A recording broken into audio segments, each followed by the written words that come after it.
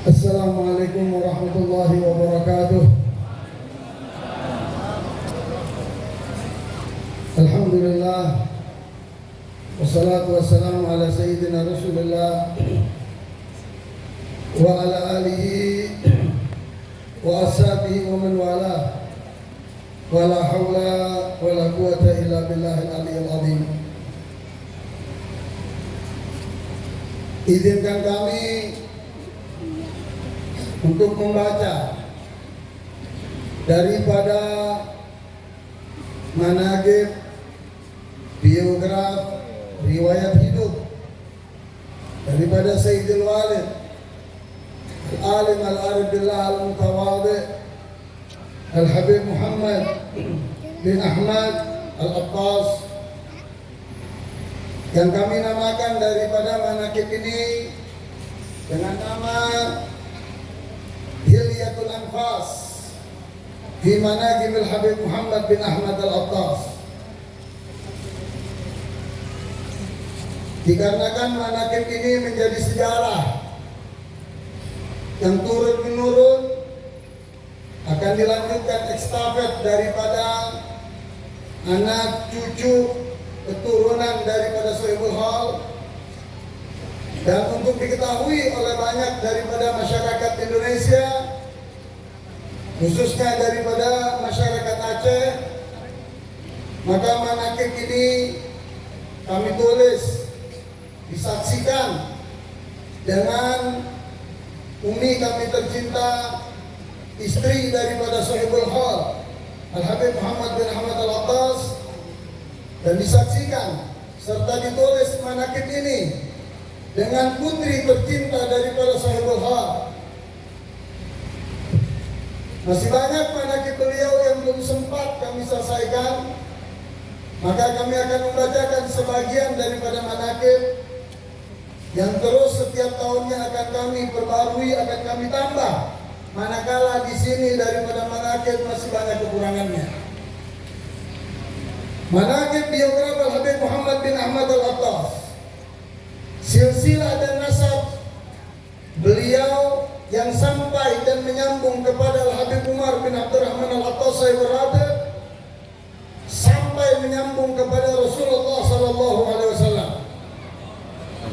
Beliau Sahibul Haud Al-Habib Muhammad bin Ahmad bin Husain bin Abdurrahman bin Muhammad bin Ali bin Ja'far bin Husain bin Umar bin Abdurrahman Al-Attas Sahibul Ratib bin Agil bin Salim bin Abdullah bin Abdurrahman bin Abdullah bin Abdurrahman bin Abdullah bin Abdurrahman As-Sakaf bin Muhammad Mulawdiwilah bin Ali bin Alwi bin Al-Faqih Muqaddam Muhammad bin Ali bin Muhammad Sahib Al-Marbad bin Ali Khala Qasam bin Alawi bin Muhammad Sahib Al-Sam'ah bin Alawi Syihab Samad bin Ubaidillah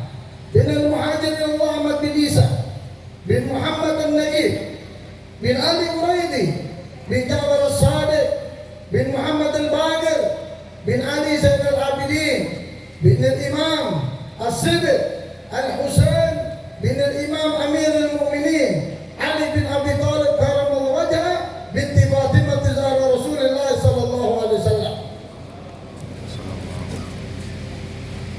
Al-Habib Muhammad bin Ahmad Al-Attas lahir pada hari Ahad malam.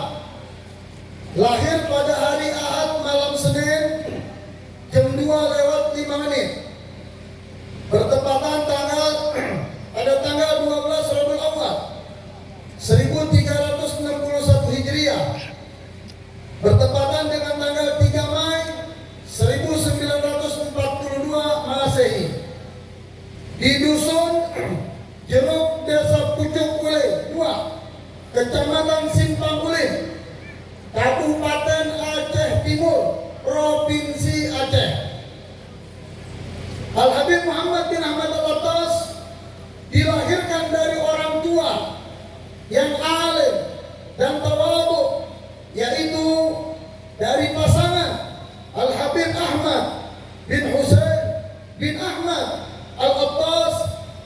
Syarifah Ashura binti Hasan Al-Kaf.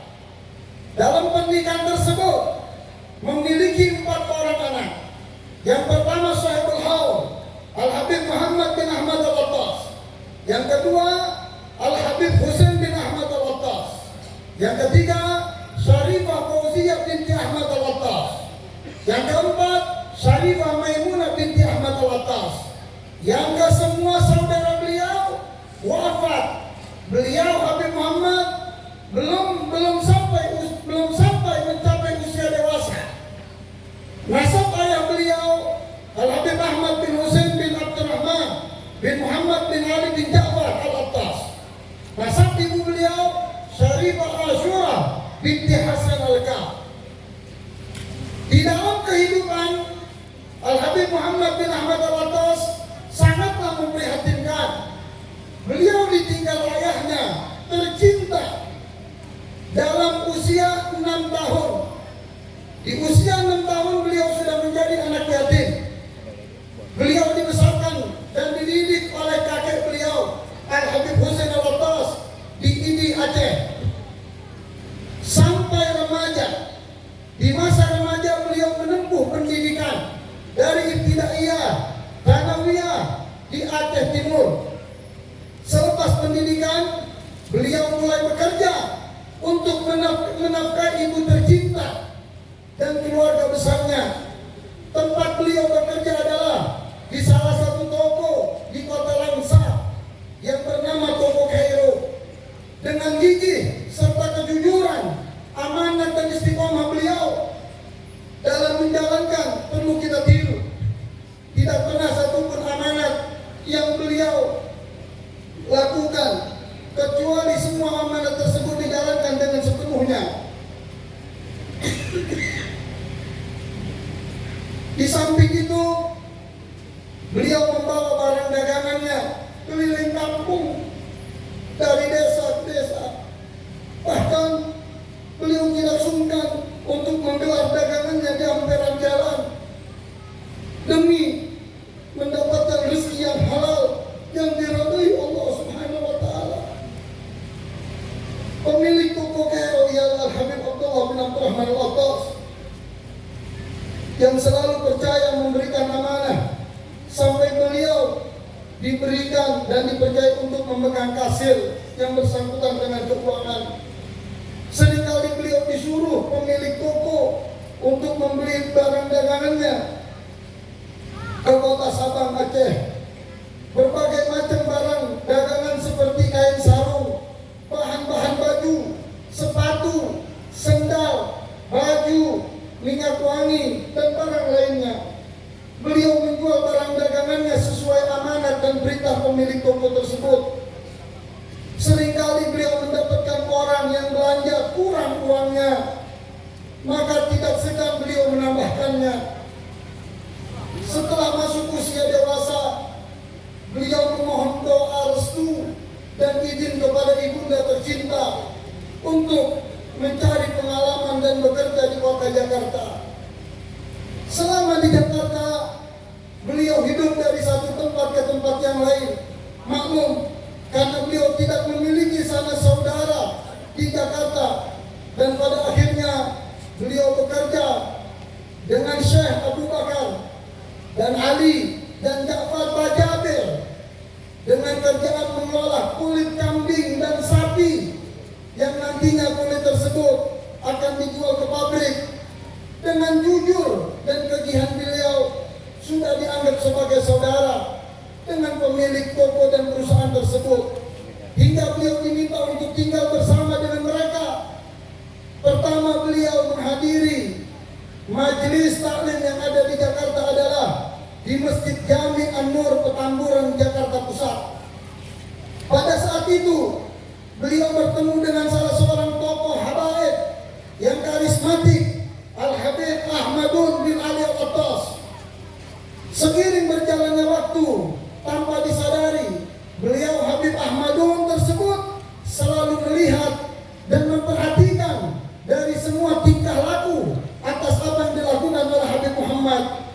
Dari kejujuran, ketawaduan, serta keistiqomahannya dalam menjalankan semua amalan ibadahnya. Dengan sifat beliau tersebutlah Al-Habib Ahmad bin Ali Al-Attas menikahkan putri tercintanya kepada beliau yang bernama Syarifah Maryam binti Ahmad bin Ali Al-Attas. Dari pernikahan tersebut dikaruniai anak sematawayang yang bernama Syarifah Fatimah binti Muhammad Al-Attas. Kemudian Syarifah Fatimah putri beliau menikah dengan Al-Habib Muhsin bin Zaid Al-Attas yang dikaruniai 4 orang anak. Yang pertama Sayyid Umar bin Muhsin Al-Attas yang saat ini sedang menimba ilmu di Jamiatul Ahbab Karim Hadramut. Yang kedua Syarifah Zahra binti Muhsin Al-Attas yang sekarang sedang menimba ilmu di Darul Zahra di Tarim di Hadramut di tempat Habib Umar bin Hafid. Yang ketiga yaitu Syarifah Alawiyah Al-Attas yang saat ini menimba ilmu di Pondok Pesantren Darul Ulumah Dakwah Jawa Timur. Adapun yang keempat yang berada di tengah saya sekarang ini yaitu Sayyid Ali bin Muhsin Al-Attas yang kesemua menjadi cucu Al-Habib Muhammad bin Ahmad Al-Attas. Beliau tidak memiliki keturunan kecuali Syarifah Fatimah dan para cucu-cucu tersebut. Setelah menjalani 9 tahun masa pernikahan beliau berangkat ke Saudi Arabia untuk bekerja dengan sifat dan amanat yang dimiliki oleh beliau. Dimanapun beliau bekerja selalu diberikan kepercayaan untuk memegang kasir, dan beliau juga selalu meminta kepada pemilik toko di mana beliau bekerja untuk memberikan izin sholat 5 waktu di Masjidil Haram. Dan ini menjadi syarat mutlak dimanapun beliau bekerja. Beliau pun tidak menyia-nyiakan waktu untuk mencari dan menuntut ilmu kepada para ulama yang ada di kota Mekah. Di antara daripada guru beliau ialah Al-Profesor Dr. Sayyid Muhammad bin Ali Al-Maliki. Begitu juga Al-Habib Abdul Qadir bin Ahmad As-Segaf Jeddah. Begitu juga Al-Habib Abu Bakar Al-Masyhur. Begitu juga Al-Habib Zaid bin Ibrahim bin Semih. Begitu juga Syekh Yasin Al-Fadani dan para ulama dan habaib yang ada di kota Mekah pada zaman tersebut. Beliau juga banyak mengenal Imam Masjidil Haram dikarenakan beliau selalu salat di Masjidil Haram di shaf yang pertama, tepatnya di belakang imam setiap salat 5 waktu. Al-Habib Muhammad bin Ahmad Al-Attas tidak pernah menyia-nyiakan waktunya untuk kemudian berziarah ke makam datunya Rasulullah SAW. Seringkali di dalam segala hal yang bersangkutan yang beliau alami, beliau selalu minta isyarah dan isyarah kepada Rasulullah SAW. Beliau selalu mendapat jawaban daripada Rasulullah setiap isyarah dan isyarah apa yang beliau inginkan. Selama beliau tinggal di kota Mekah, sering sekali rumah beliau didatangi oleh para pelajar-pelajar Indonesia yang menimba ilmu yang berada di kota Mekah dan Madinah serta kelilingnya. Di Madinah pun beliau tidak menyia-nyiakan waktunya untuk menuntut ilmu dan menghadiri berbagai macam majelis taklim dari berbagai macam ulama dan habaib. Kemudian Al-Habib Muhammad bin Ahmad Al-Attas telah melaksanakan ibadah yang menjadi kewajiban umat Islam, yaitu ibadah haji sebanyak 20 kali. Adapun umrah tidak bisa terhitung setelah 4 tahun. Setelah 4 tahun beliau bekerja, meminta kepada keluarganya untuk bisa menyusul dan tinggal di kota Mekah. Di antara keluarga yang sangat terdekat dengan beliau ibunda tercinta yang diajak ke kota suci Mekah, yaitu Syarifah Ashura binti Hasan Al-Kaf. Begitu juga istri tercinta yaitu Syarifah Maryam binti Ahmadun Al-Attas. Begitu juga putrinya tercinta Syarifah Fatimah binti Muhammad Al-Attas. Ibunda tercinta beliau meninggal di kota suci Mekah dan dimakamkan di Makkah pada tahun 1987. Beliau kembali ke kota suci Mekah setelah 13 tahun bekerja dan menuntut ilmu agama pada tahun 1993. Setelah beliau kembali dari kota suci Mekah, beliau menghadiri majelis yang ada di Jakarta dan sekitarnya. Di antara majelis yaitu yang dipimpin oleh Habib Ali bin Abdurrahman Al-Habsyi, dan Majelis Al-Hawi yang dipimpin oleh Habib Muhammad bin Ahmad Al-Haddad, dan Majelis Asmaul Husna yang dipimpin oleh Habib Ahmad bin Abdul Atas, Habib Ahmad bin Hir, dan Majelis Silaturahmi yang ada di Kampung Melayu, dan majelis yang lainnya yang ada di Jakarta dan sekitarnya.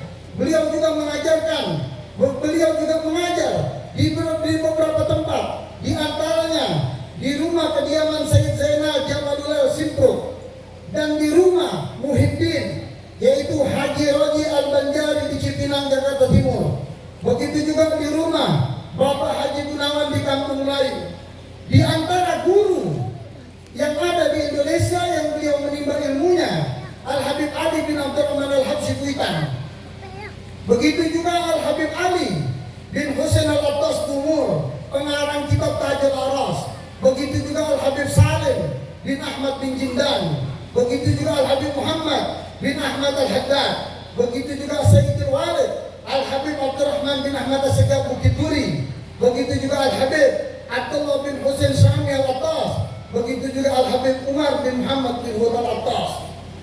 Dan banyak lagi daripada guru beliau. Setelah 5 tahun kembali dari kota suci Mekah, beliau membuka majelis taklim pertama kali yang bernama Darul Mustafa, dengan isyarat dan permintaan dari Al-Habib Ali bin Abdul Qadir bin Sahir pada tahun 1998, yang meresmikan daripada majelis Darul Mustafa yaitu Al-Alim, Al-Allamah, Al-Mursyid, Al-Musnid, Al-Habib Umar bin Muhammad bin Salim bin Hafid, dengan membawa seluruh alumni pelajar Indonesia yang pertama kali Darul Mustafa yang datang dari Tarim ke Indonesia. Di antara yang menghadiri pada acara hal tersebut, murid daripada alumni yang pertama, Al-Habib Saleh Al-Jufri, Al-Habib Mundir bin Fuad Al-Musawa, Al-Habib Jindang bin Novel bin Jindang, Al-Habib Guras bin Qasim Baharud. Dengan dukungan tokoh masyarakat dan para habaib yang menjadikan majelis ini makmur dan berkah, hingga akhirnya beliau terus menjalankan majelis Darul Mustafa. Selama 11 tahun majelis Darul Mustafa berada di Jalan Jati Petamburan nomor 91. Dikarenakan keluarga daripada ahli waris dan anak-anak daripada Habib Ahmadun Al-Attas, mertua daripada beliau menginginkan untuk menjual tanah tersebut untuk dibagi warisan daripada anak-anaknya. Beliau berpindah untuk mencari tempat yang telah Darul Mustafa berada 11 tahun di Darul Mustafa. Dan di antara guru yang mengajar selama Darul Mustafa berada di Petamburan, yang pertama adalah Al-Habib Saleh bin Muhsin Al-Habsyi, alumni pertama daripada Abuya Sayyid Muhammad bin Ali Al-Maliki. Begitu juga yang mengajar yang kedua, Al-Habib Hamid bin Abdullah Al-Kaf, alumni Abuya Sayyid Muhammad bin Ali Al-Maliki. Berikutnya Al-Habib Umar bin Ahmad Al-Hamid, alumni Abuya Sayyid Muhammad bin Ali Al-Maliki. Berikutnya yang mengajar Habib Jindang bin Novel bin Jindang, alumni daripada Darul Mustafa Tarim Hadramaut. Begitu juga yang mengajar Al-Habib Mundir bin Fuad Al-Musawa, alumni Darul Mustafa Tarim Hadramaut. Begitu juga Al-Habib Quraish bin Qasim Baharul, alumni Darul Mustafa Hadramaut. Begitu juga Asy-Syaikh Ali Samman, ulama daripada Betawi. Dan saya sendiri Al-Habib Muhsin bin Al-Attas sebagai menantu daripada beliau, alumni daripada Darul Mustafa Tarim Hadramaut. Kesaksian daripada guru yang mengajar di Darul Mustafa, kalau majelis ini memberikan manfaat dan barokah.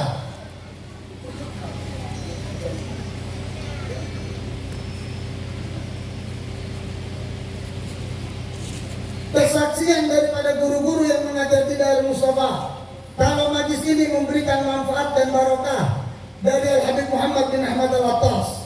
Karena sifat dan ketawaduan beliau dan sifat dan ketawaduan beliau, bahkan para guru yang ada bersaksi kalau pemimpin majelis Darul Mustafa Habib Muhammad adalah seorang soleh dan tawadhu yang bisa memberikan kepada orang banyak atas keberkahan